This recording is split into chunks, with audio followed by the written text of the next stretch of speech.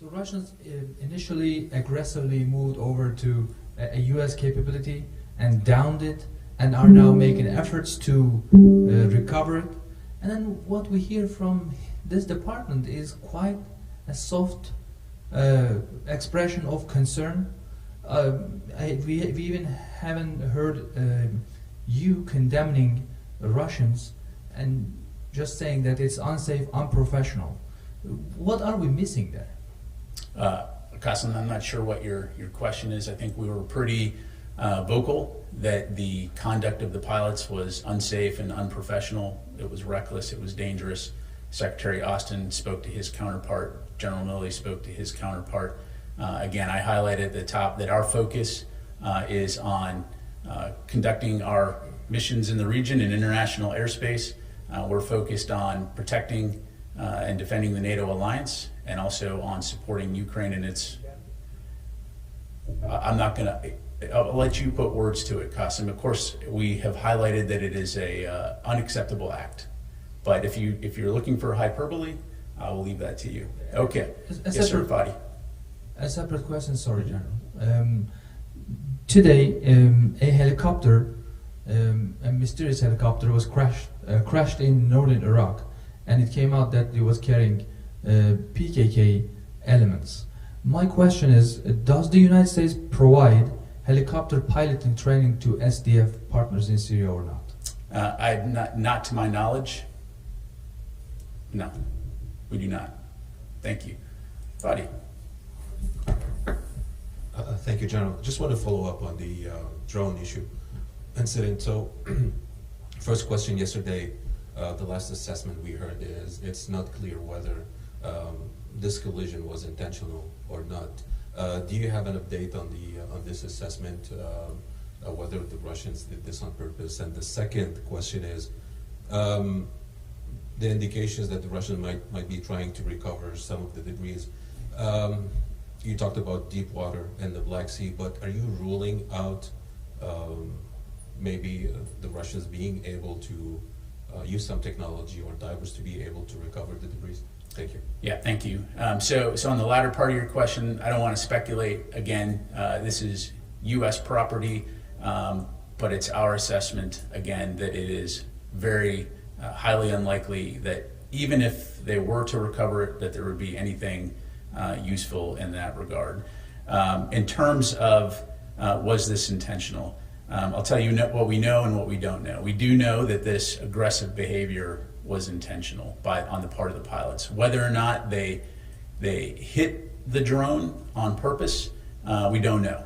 But it clearly demonstrates either poor airmanship or reckless behavior, because just from an airman standpoint, why would you hit another aircraft with your aircraft in the sky? And so again, reckless, dangerous, unsafe, unprofessional behavior, which is why, again, we have called on the Russians to conduct their operations safely and professionally. Thank you. Come back here. Let me go here. Sorry, Joe. We'll go here and then we'll go here. Two questions. First question is, Senator Mitt Romney and Jean Shaheen reintroduced their bipartisan legislation that would direct the administration to develop a strategy toward the Black Sea region.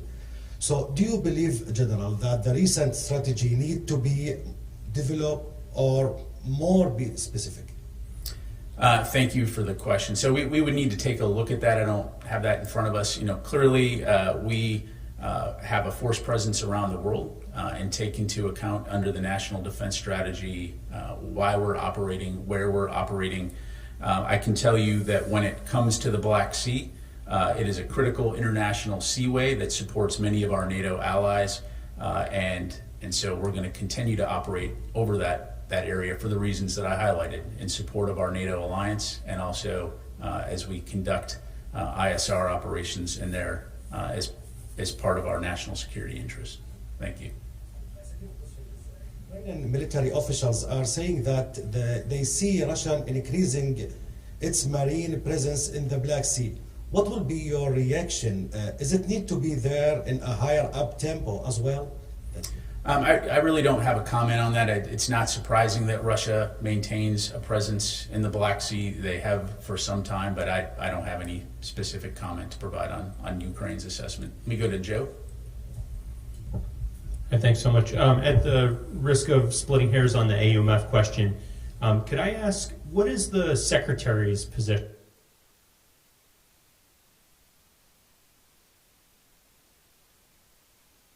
on Capitol Hill? What's his position on repeal?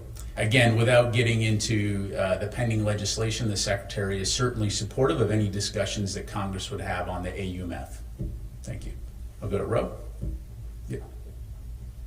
Thank you so much, General. I have a follow-up question on North Korea. While US and ROK conducts military exercise, North Korea reacts harshly and launched ICBM yesterday. How do you think US ROK bilateral cooperation and US ROK Japan's trilateral security cooperation can work to deter North Korea's further provocations? Okay. Let me just make sure I understand. So you're asking, in light of North Korea's provocations, how can a Japan, South Korea, U.S. alliance exercises work? Is that what you're? Yes. So North Korea reacts to the U.S. ROK's military exercise. So how such kind of security cooperation can work to deter North Korea? Right. So I think again, it's important to just kind of take a step back here, and the exercises that the United States conducts with Japan and with South Korea are defensive in nature and meant to bolster our interoperability and meant to deter potential aggression in the region. And so that's first and foremost. And so in terms of North Korea's reactions to these types of exercises, as you heard me say before, not only is it inappropriate, it's destabilizing. And concerning, clearly, to those in the region. But I think what's important for people to understand is, one, deterrence continues to work. Despite launching missiles into the ocean, North Korea is not attacking, and nor should they. And that the United States, Japan, South Korea, and other allies and partners in the region will continue to work together to extend that deterrence and to keep our countries safe. Again, with the ultimate objective here being a secure, safe, prosperous, free and open Indo-Pacific region. Thank you. Moshe? Thanks. Back to the MQ-9. Is there any indication that the Russians have already picked up debris from the area? I've seen some press reports to that effect, but I can't corroborate any information whether they have or have not. And then separately, have allies offered to send units to help with the recovery efforts? I don't have anything to announce, Moshe. I'd allow our allies to speak for themselves in that regard. In terms of U.S. recovery operations, as you've heard us say, we're assessing options, but I don't have anything further on that right at the moment. One more really quick. Has the U.S. requested to transfer through the Bosphorus Strait? Not to my knowledge. Yep. Matt. Time for a few more here. Thank you, Pat. On that wreckage, has the U.S. or will the U.S. make any requests of the Russians that if they're able to salvage any significant portions of the MQ-9 that it be returned as a matter of good faith? And has there been any discussions of recompense, given that this is a quite expensive piece of equipment? Not to my knowledge. General Milley yesterday talked about this incident as part of a wider pattern of behavior by Russia. Is there any indication that you see that this incident and others like it are coming from a standing order or being encouraged in any way from high levels of the Russian government? Yeah, thanks, Matt. So the short answer is I don't know. Clearly, as General Milley highlighted, we've seen an uptick in this type of aggressive behavior. But whether or not this is a coordinated effort, I couldn't tell you. What I can tell you is that it's wholly inappropriate, it's unsafe, and it's unprofessional. The stakes are high. This is why it's important to keep the lines of communication open to prevent potential miscalculation. And we'll certainly do our part in that regard to continue to fly, sail, and operate safely and professionally around the world. Thank you. Right. Okay, last question. Two more. Yep, go ahead, sir. Thank you, General. I'm Taro from Nippon TV. So yesterday, North Korea launched intercontinental ballistic missiles, and it's for higher than 6,000 meters for about 70 minutes. So does DoD think any evolution of this kind of technology? Again, it's something that we obviously observe every time North Korea conducts a launch. We closely observe it, monitor it, but I'm not going to get into the specifics on their capabilities or talk about our assessment of those capabilities. Thank you. And last question, yes, ma'am.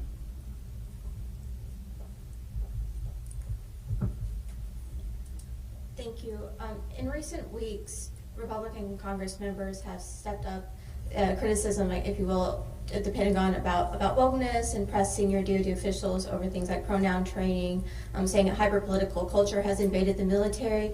Does the Secretary of Defense have a response to this, and are there any plans to address these concerns? Yeah, so I'm not going to get into what individual political members of Congress, those running for office are saying. I'll just give you the perspective of the department. And the perspective of the department is that today's military is the most combat credible, capable force that has ever existed on the planet. Every single day, we have thousands of our military members around the world conducting operations, very important operations in very dangerous places, doing incredibly important work, which speaks for itself. And so as a 30-year member of the military, I can tell you that we are very proud of what we do and how we present ourselves and how we defend this nation. And I think I speak for a lot of others in that regard. Thank you very much, everybody. Appreciate it.